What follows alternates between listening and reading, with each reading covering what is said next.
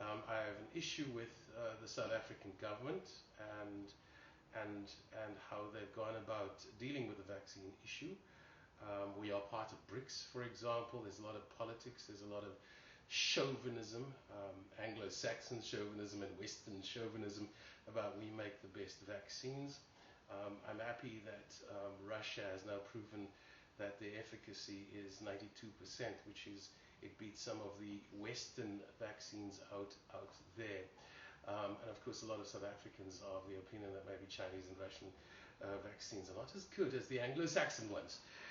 We've lost an opportunity being part of BRICS to have effectively mobilized the vaccine campaign within the BRICS community. More important than that, we have the brains trust in this particular country. We have the manufacturing capability to deliver our own vaccines. We've done that effectively through our spaces of higher learning in this particular country.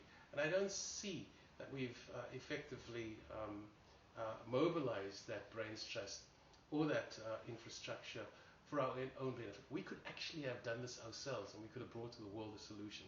So we don't, I'm angry with the government because we don't acknowledge ourselves and our ability sufficiently.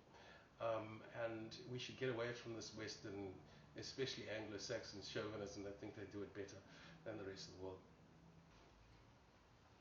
I think the lesson is about a return to soul. And what is soul? And some people turn soul into some kind of airy-fairy, hug it three, save the whale kind of thing. Soul is not that. Soul is about understanding your relevance and imbibing in that relevance, the imperfection or the perfection of your imperfection. Soul is about people. You can't be yourself without people. I am because of you. Soul is about Ubuntu. When you reach that space of peace, that's when you come into your spiritual self. It's not something that a guru can teach you.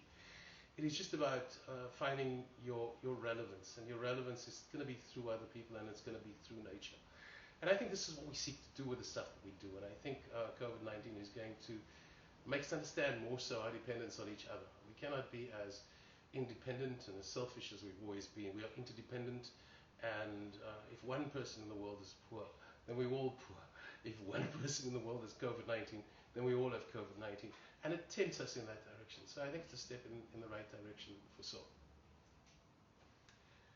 I think the message is very important, and that is that and technology and instant gratification is making us chase our tails. We're going around in absolute circles, and we're not actually growing as people, as human beings, individuals, or as society in itself.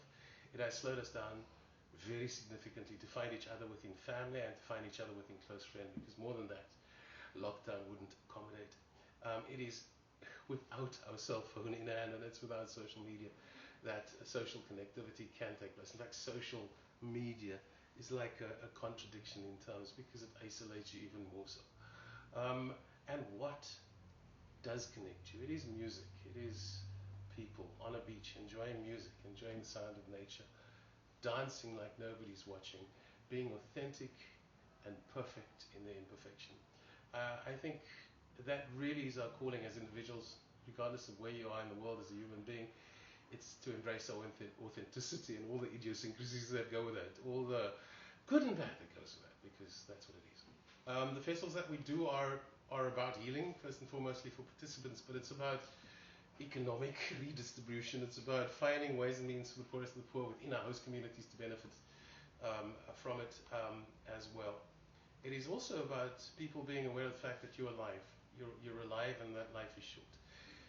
Just yesterday, I read that scientists in one of the biggest, in fact, the biggest research project ever have traced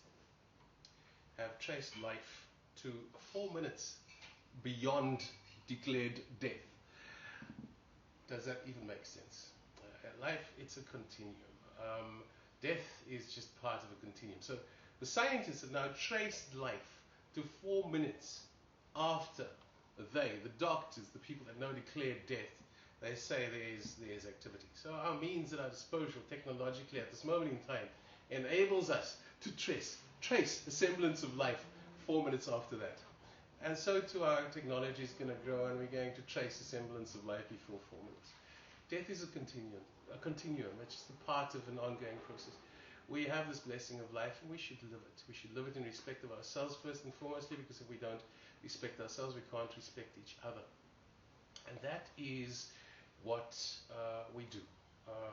We busy with souls.